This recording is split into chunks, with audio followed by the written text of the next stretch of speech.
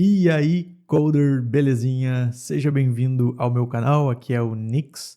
E eu tô gravando esse vídeo aqui, literalmente, porque eu vejo que as pessoas, principalmente quem tá querendo migrar de carreira e entrar para programação, elas costumam cometer alguns erros que atrasam muito a jornada, né? Principalmente nos primeiros momentos ali, quando elas estão querendo iniciar os estudos na programação e conseguir a sua primeira vaga. Então, eu preparei aqui 3 tópicos que eu acredito que te atrasam na programação, que se você cuidar disso, você literalmente vai ter a tua jornada encurtada, né, você vai conseguir o teu objetivo de forma mais rápida e mais acertada. Então a primeira coisa que eu vejo que as pessoas erram muito quando elas estão querendo entrar para a área da programação é escolher a linguagem porque é fácil, né, porque ela não é que é fácil, mas é mais fácil, uma linguagem mais tranquila que está na moda, que todo mundo está falando. E quanto a esse ponto, então, se você simplesmente escolher a linguagem que tem mais vagas, mesmo que seja uma linguagem mais difícil, você vai ter uma vantagem competitiva muito grande, vai conseguir entrar mais fácil para o mercado da programação. Quer ver? Eu separei aqui alguns dados de algumas linguagens de programação e a gente vai dar uma olhadinha aqui nas vagas que tem disponíveis para elas. Então, olha só, por exemplo, aqui, ó, eu peguei, né, fiz uma pesquisa no Google escrevendo vagas Java e também vagas Java com Spring. E aí surgiram aqui, né, para nós. Olha só, 25 mil vagas para Java, sendo que 1.712 são novas vagas, ou seja, vagas abertas aí nas últimas semanas.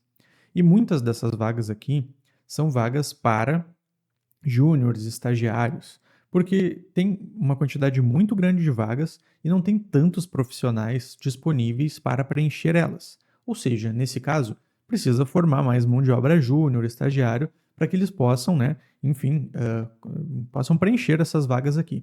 E aí, se a gente dá uma olhadinha aqui, ó, eu peguei outra linguagem de programação muito famosa aqui, que é o JavaScript. Eu, particularmente, comecei com JavaScript, gosto muito, né?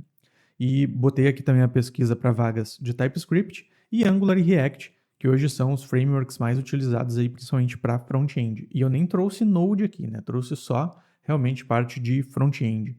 E nós podemos ver que aqui, né, tem ali uma média de 12 mil vagas abertas para o JavaScript e TypeScript. Então, nós podemos ver que já é um pouco menos da metade ali do que a gente teria, né, para o Java.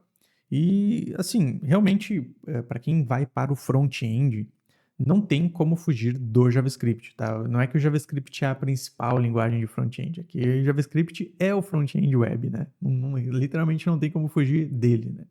Então, se você, né, quer ir para a parte do front-end, claro que o JavaScript é a escolha mais correta, porém tem um pouco menos de vagas, mas ainda tem um número considerável de vagas aí, né? E aí, se você faz aquele combinho do full stack, né, Java com Angular ou Java com React, você tem mais chances ainda de preencher essas vagas aqui. E aí, né, eu dei uma olhada também em Python, né? Pesquisei no Google assim, ó, vagas Python e também vagas Django, que é hoje, né, o principal framework aí do Python para web, para programação web. E nós vemos que a quantidade de vagas é bem menor. Então, olha só, vamos pegar o panorama completo aqui. Quando a gente pega, né, o panorama completo, nós vemos que tem muito mais vagas para o Java, tem uma quantidade boa de vagas para JavaScript e TypeScript. E aí, quando a gente vai para Python, por exemplo, que é uma linguagem da moda, que todo mundo fala que é super fácil de aprender e tudo mais, nós vemos que a quantidade de vagas é muito menor. Então, não escolha, tá, uma linguagem porque ela é fácil ou porque ela está no hype. Escolha uma linguagem que vai conseguir te dar um emprego, que você vai conseguir entrar na área da programação. O que adianta saber uma linguagem fácil se tem poucas vagas e aí realmente só vai ser contratado profissionais de nível sênior, profissionais de nível pleno. Vai demorar muito para chegar a sua vez. Enquanto isso, lá no Java, que todo mundo diz que é uma linguagem verbosa, todo mundo fala que, nossa, Java é super difícil.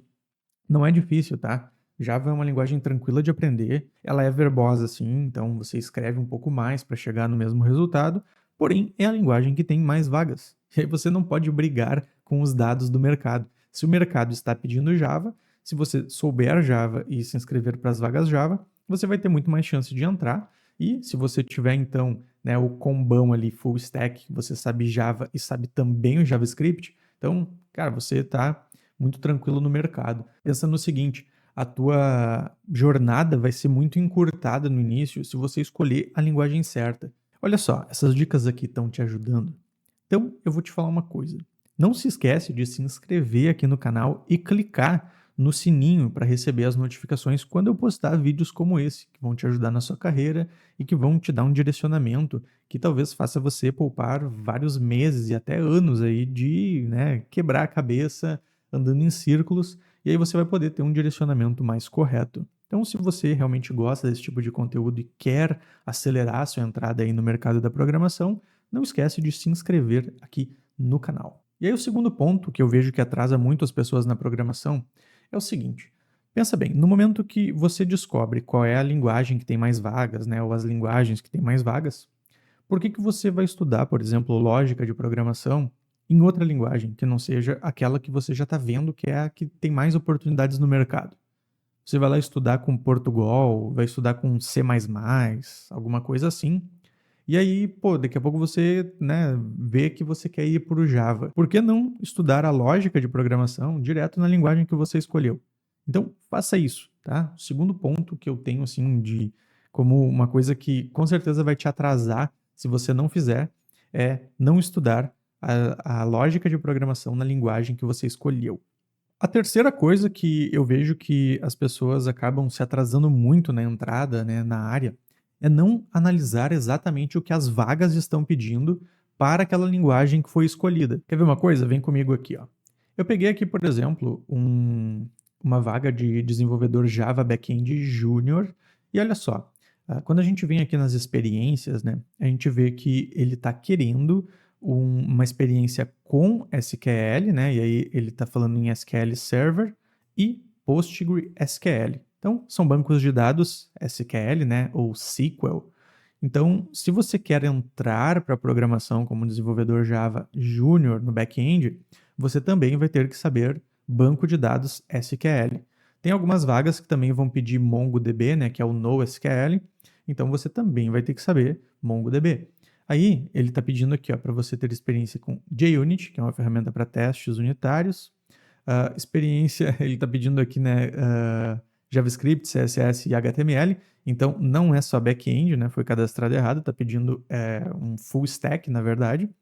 Aí, experiência com desenvolvimento e deploy no Linux. Experiência com Docker e experiência com CI/CD. Então, quando você vai olhar o que as vagas estão pedindo, você consegue ter um direcionamento do que você precisa ter, né, de experiência, de estudo e até de certificados aí no seu currículo.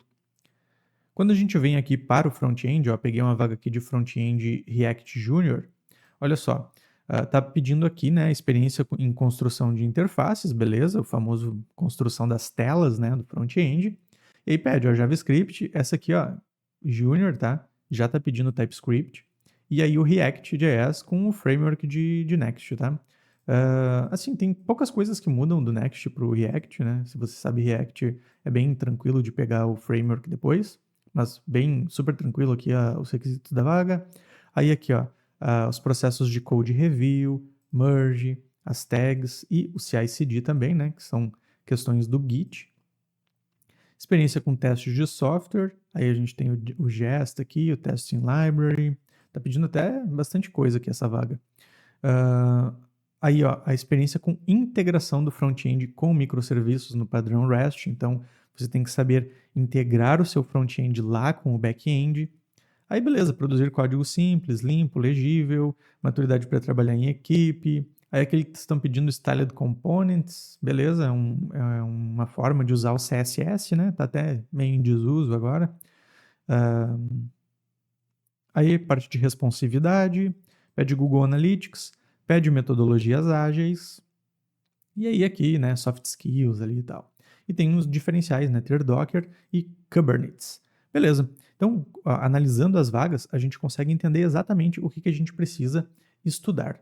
E aí, quanto a esse ponto aqui, de fato, sobre o que as vagas estão pedindo, eu vou te deixar uma dica. Olha só, quando a gente vem aqui, ó, na Javanauta Academy, que é a escola onde eu sou professor, e a gente vem aqui na grade, né, do que os cursos ali de full stack oferecem, a gente pode ver que tem toda a parte aqui de onboarding, né, de o que um programador faz, o que são as experiências necessárias. A gente aborda a parte de metodologias ágeis, que você vê ali que em algumas vagas é um diferencial, em outras são requisitos. Então, isso aqui, o aluno ele tem a certificação nisso quando ele está aqui com a gente. E aí, ó, nota que a lógica de programação, quando a gente já vai para a linguagem, já é na linguagem escolhida. Por exemplo, a gente começa o treinamento com a parte de Java, então a lógica é em Java. Depois a parte de orientação a objetos também é em Java, e aí a gente vai avançando, né, para a parte das exceções, aí explica a parte, né, do desenvolvimento web, você entende o que você está fazendo, e aí logo em seguida já vai para os projetos com Spring, que é o framework de Java, né, muito tranquilo, avança em Spring, pega os bancos de dados, e aí aqui são tantos os bancos de dados SQL, quanto os NoSQL, como o MongoDB, né? Então, aí a parte de CI/CD que a gente viu ali, tem também, né, toda essa parte no treinamento. Tem coisas que nem estão sendo pedidas ali especificamente nas vagas, mas que se você souber algumas vagas, né, como a gente faz curadoria e a gente consegue ver a média do que as vagas estão pedindo, a gente sempre coloca no curso coisas que provavelmente vão ser pedidas em algum momento aí da sua carreira. Aí, né, tem os projetos sempre práticos aqui com o Java com Spring, a parte de refatoração e boas práticas que a gente viu ali, né, que é uma parte que também conta muito na hora de ser escolhido, né, saber fazer código limpo, código que vai ser manutenível.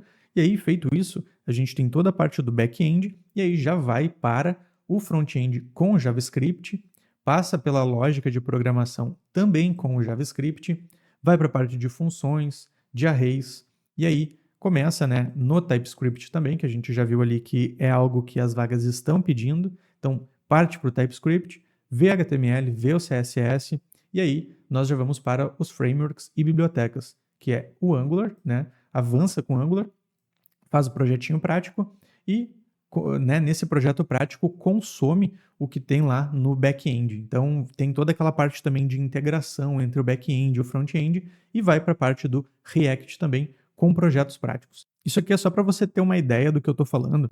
Quando você faz uma escolha certa, isso também faz com que você se alavanque, se potencialize no mercado. Porque se você faz uma escolha errada de curso, de onde estudar, com quem é que você estuda, quem é que vai te dar esse amparo, né, esse direcionamento, você também acaba errando. E você se atrasa, né, literalmente. Então, isso é algo quase como uma dica bônus, assim, né? Escolha muito bem quem vai te acompanhar nesse trajeto desde o início até quando você vai entrar de fato na área, né? Os teus professores, eles têm um compromisso, um carinho, assim, em realmente te dar resultado? Ou simplesmente ali vão te ensinar a programar e, beleza, vou te ensinar a programar, vou ensinar a fazer códigos aqui, mas eu tô um pouco me lixando para o que as vagas estão pedindo. Eu vou te ensinar ali o básico, vou te ensinar um monte de coisa que nem é usado mais, só para encher ali de um monte de horas e tudo mais, e você nem vai aprender, vai ficar anos e anos ali estudando, tendo que renovar, etc, né?